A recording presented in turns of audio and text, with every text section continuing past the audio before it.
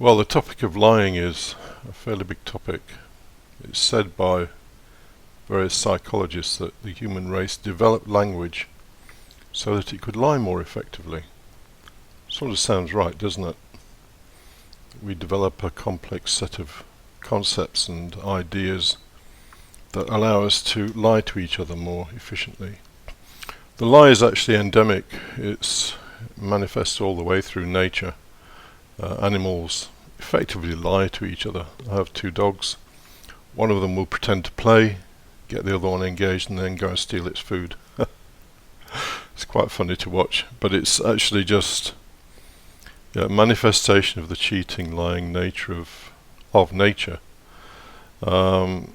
So this whole thing of lying, I think Jesus said that the prince of this world is a liar from the start, or something like that.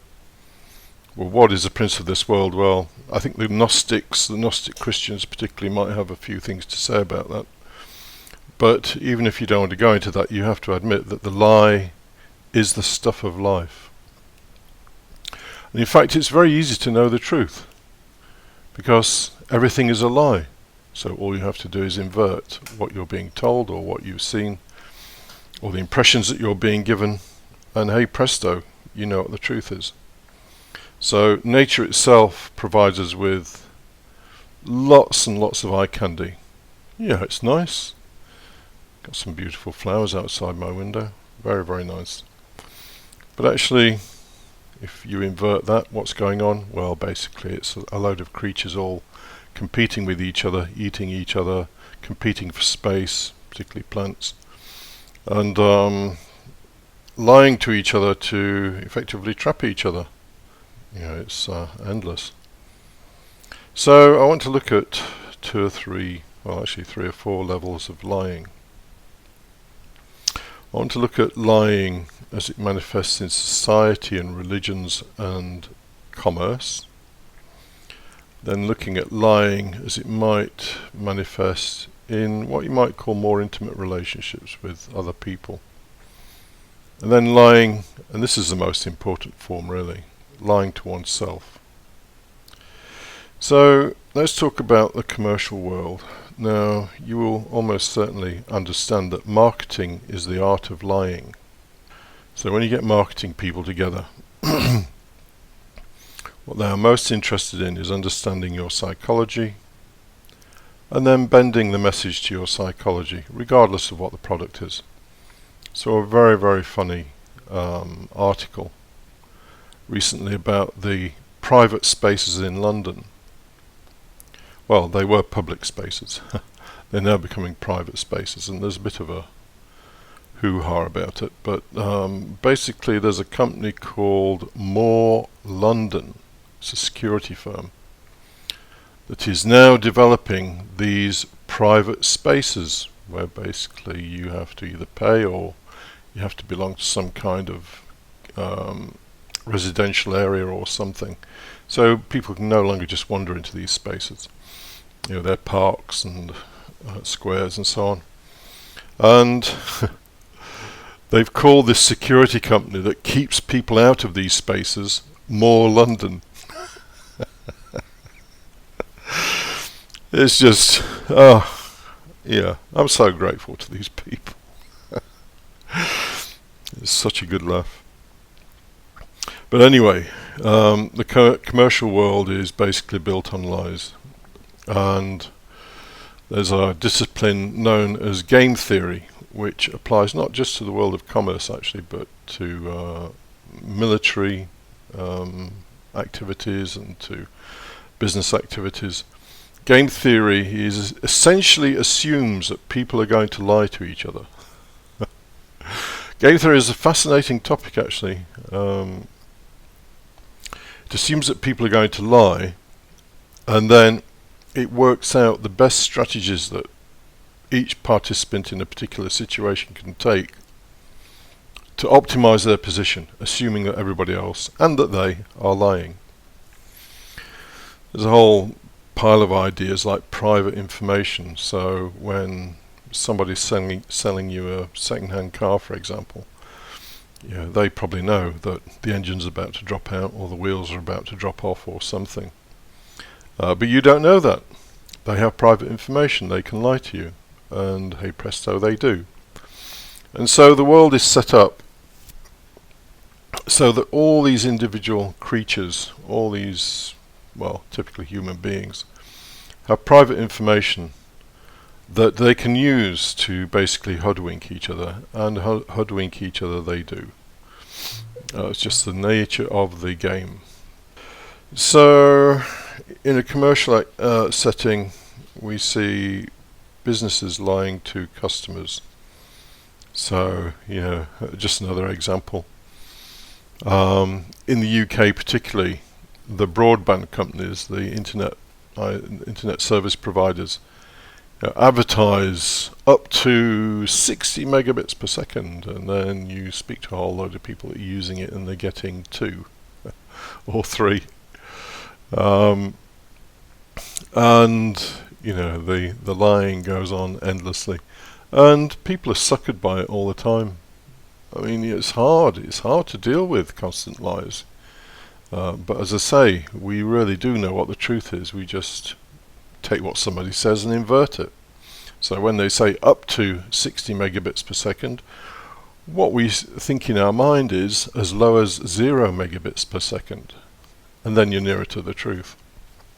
Governments lie to people all the time. People think that governments are there to serve the public. They're not. They're there to serve government officials. And so, for example, again in the UK, just because I happen to know about the UK, the government is slyly, slowly, surely selling off the National Health Service. But in its proclamations, it says, we will safeguard and protect the National Health Service.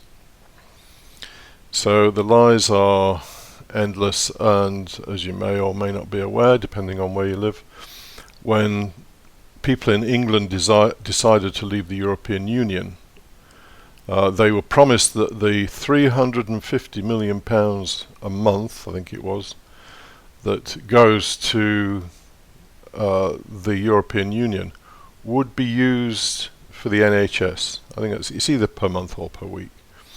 Of course, it was a total lie. When Britain leaves the European Union, none of that money is going into the National Health Service. So, the lies from governments. And the same happens in the United States and Russia and wherever. Governments are lying machines looking after the interests of the people that are in the government and their buddies. And then we get to religions, and religions are full of lies.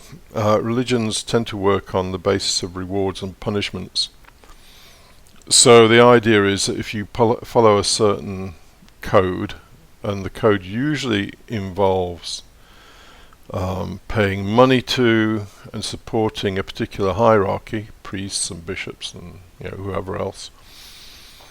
If you support them and do good work, and you're humble, in other words, you don't challenge them and so on, you'll be rewarded. But if you don't do those things, then you will be punished in hell by the devil forever. And then we come to intimate relationships. It's a fact that it depends which country you're in, but for a rough estimate, 40% of people who are married will cheat on their partners. It's lying. There are very well understood reasons why people do this. Men do it because both men and women are obviously driven by the sexual drive.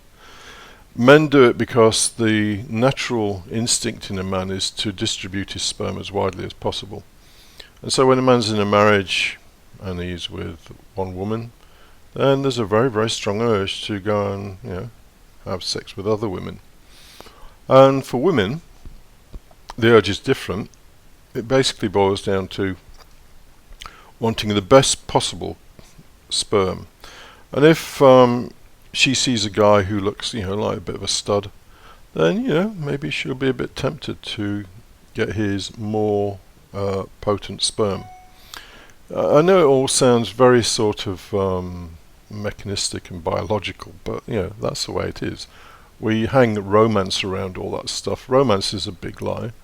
There was no romance until about 200 years ago. And now we have romance which we stick on top of what is basically sex, and people have all kinds of expectations that are lies, that I will be true to you for the rest of my life, and sometimes people are, but actually not all that often. And friends, friends very often are mere conveniences. Sometimes they're not.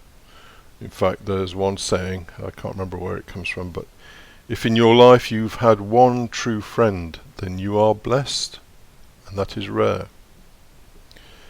So you measure yourself against that one.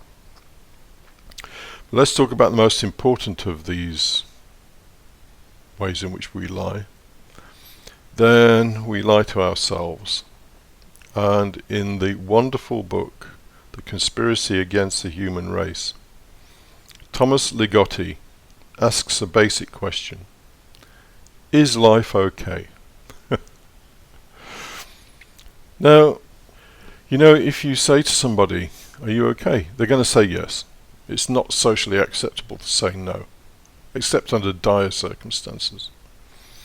But that person that says yes may have just learned they've got cancer, may have just gone through a horrendous divorce, may have lost a child, any number of horrific things that can happen to people, and yet they'll still say yes.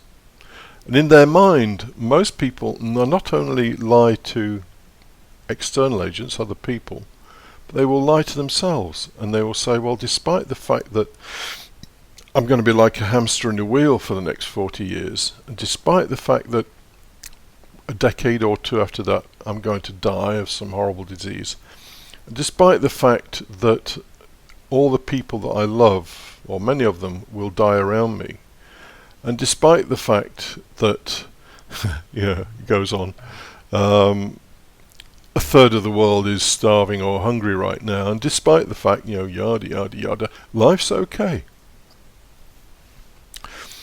So that's a basic lie.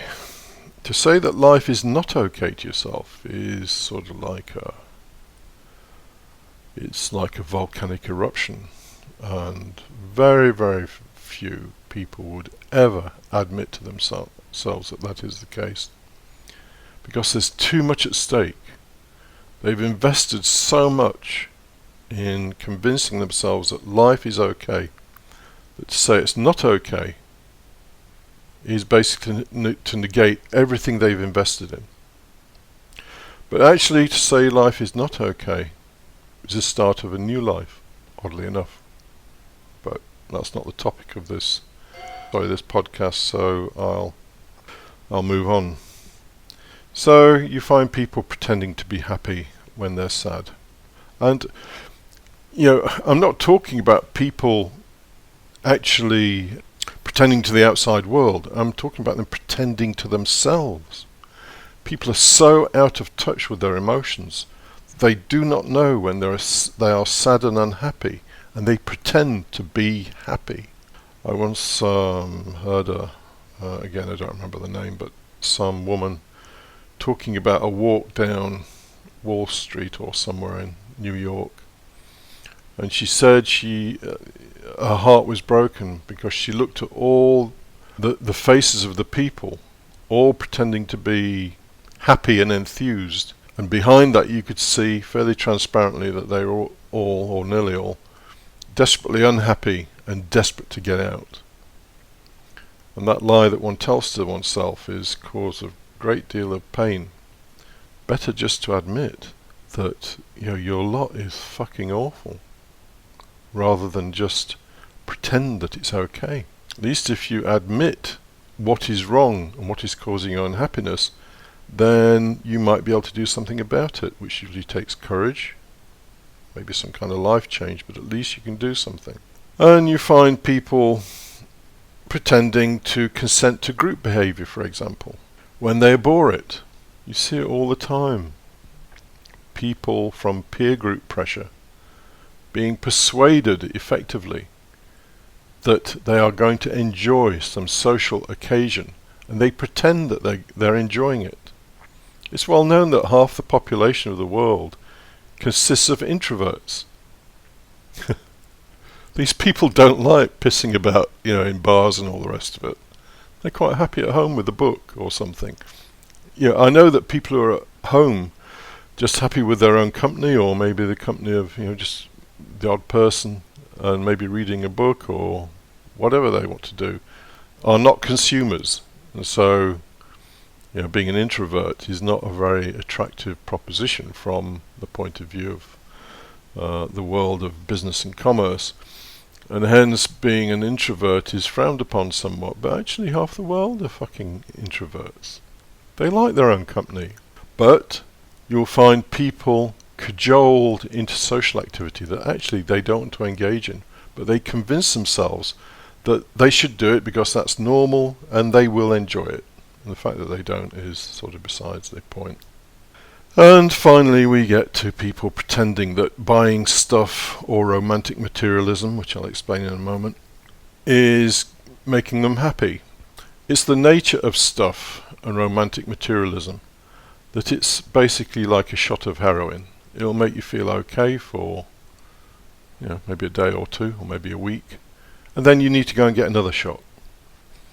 Romantic materialism is a term used by Harari in his book Sapiens, which is an excellent book, and he uses it to describe the contemporary fascination for going to places that are typically a bit unusual and exciting, and that going to these unusual exciting places will satisfy.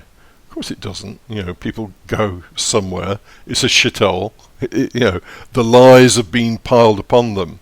The pictures in the colour brochures showing beautiful palm trees and golden beaches and beautiful women on the beach and hunky men and so on, and they get there and it's full of fat slobs from Northern Europe, and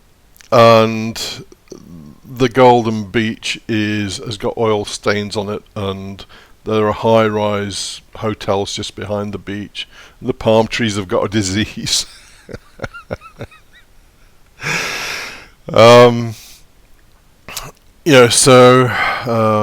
Romantic materialism, those websites and colour brochures sell people this dream that if they go to this place they will be happier, and of course they're not, because it's some shithole that's been promoted way beyond its actual value, typically anyway.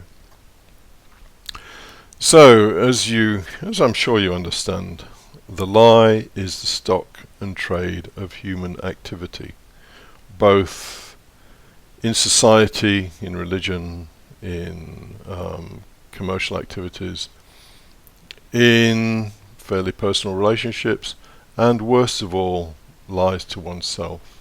You could spend a long time talking about how people lie to themselves, but I think I've said enough. So remember, you will always know the truth, because everything is a lie. Just invert what you're being told. When you see that colour brochure promoting some paradise that you are desperate to go and stay at for a week or two, when you see that brochure, just remember that the place is a shithole.